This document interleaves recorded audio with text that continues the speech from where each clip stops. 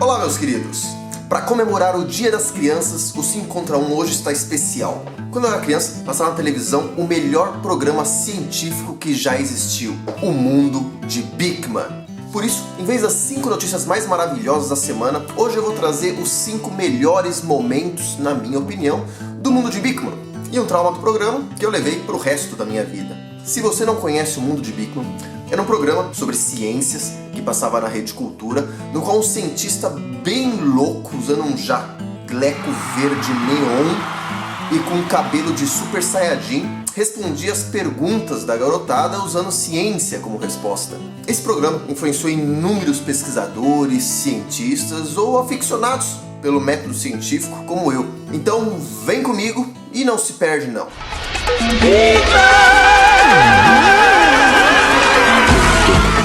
Em um dos seus programas, o Beakman explica o funcionamento dos foguetes e o mais bacana é que ele ensina você a fazer um foguete em casa utilizando apenas uma garrafa PET de 2 litros, uma bomba de bicicleta, um pouco de papelão e um pouco de bicarbonato de sódio. Eu cheguei a fazer esse foguete na minha casa e é uma das lembranças mais vívidas que eu tenho da minha infância.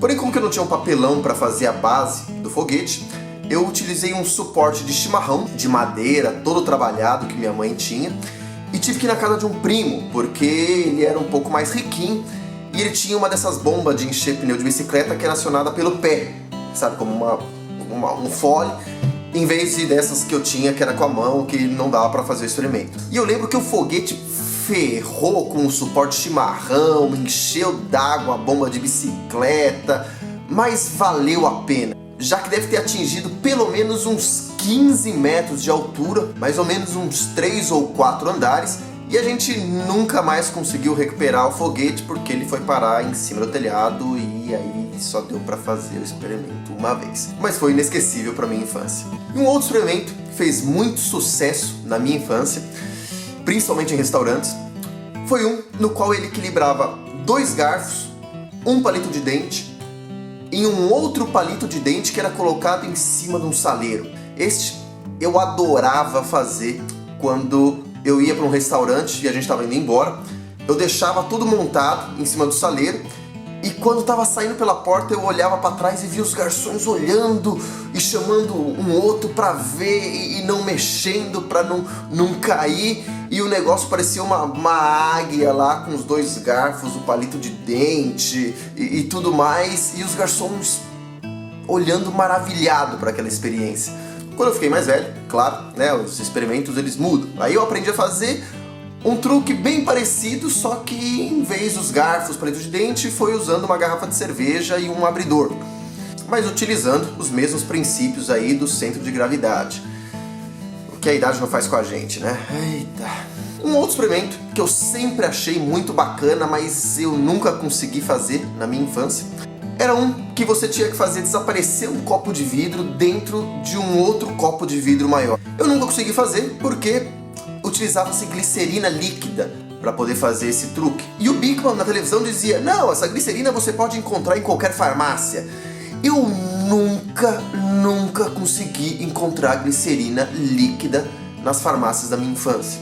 Eu morava na periferia, então eu acho que, enfim, glicerina não era alguma coisa que o pessoal utilizava muito, ou pelo menos não vendia nas farmácias na qual eu frequentava. E isso sempre me frustrou como cientista mirim. De qualquer forma, era um experimento bacana porque explicava um pouco da física ótica, que era uma das matérias que eu mais odiava na escola.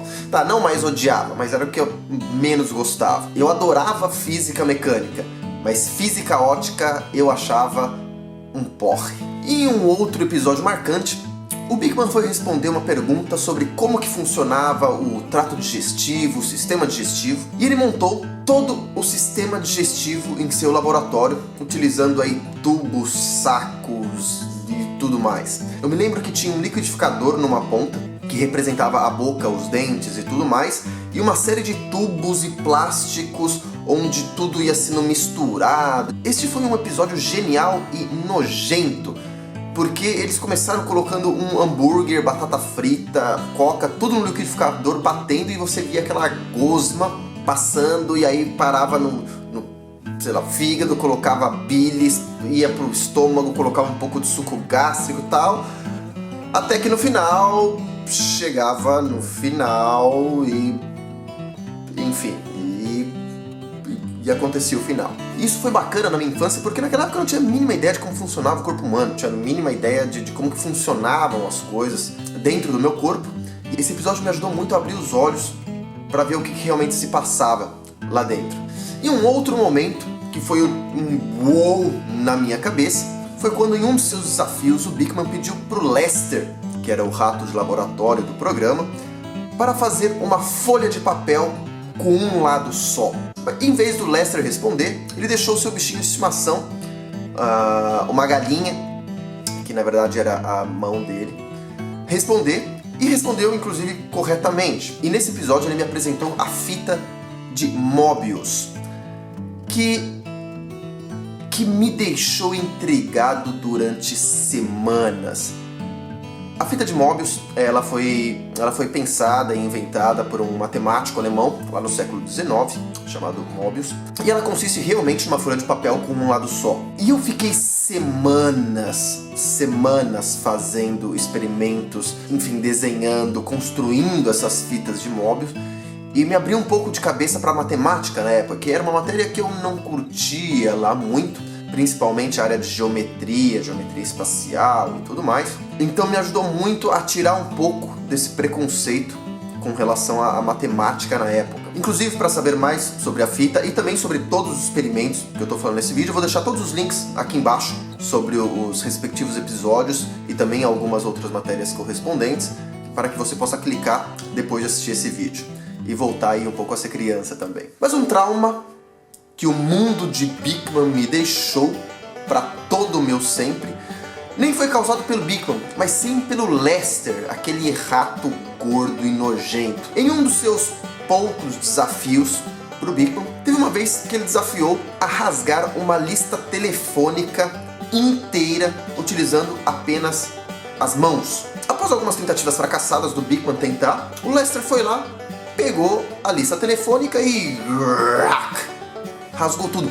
Eu fiquei impressionado com aquilo. Eu falei, que genial. Para quem é muito novo, uma lista telefônica era mais ou menos como um Google, só que ficava na estante da tua casa. Era uma lista em papel, mais ou menos dessa grossura, com páginas amarelas, onde você podia encontrar todos os serviços, lojas da tua região e de todo o país. Elas eram muito grossas, como você pode ver na imagem que eu vou colocar aqui do lado depois. Pois bem, o problema é que eu nunca consegui reproduzir essa experiência na minha casa. Eu consegui rasgar calhamaços de papel dessa grossura, sim e tal, mas uma lista telefônica nunca fui capaz. Isso marcou tanto a minha infância que até hoje eu tenho medo de listas telefônicas, assim como tem gente que tem medo de palhaços. Mentira. E este foi o 5 contra 1 especial do Dia das Crianças. Se você curtiu, curta a página, compartilhe com seus amigos, inscreva-se no canal e siga a gente lá no Facebook e no Twitter, Facebook/Colisor de Ideias e Twitter também, Colisor de Ideias, é só procurar. Um feliz Dia das Crianças para você, um grande abraço e até a próxima semana.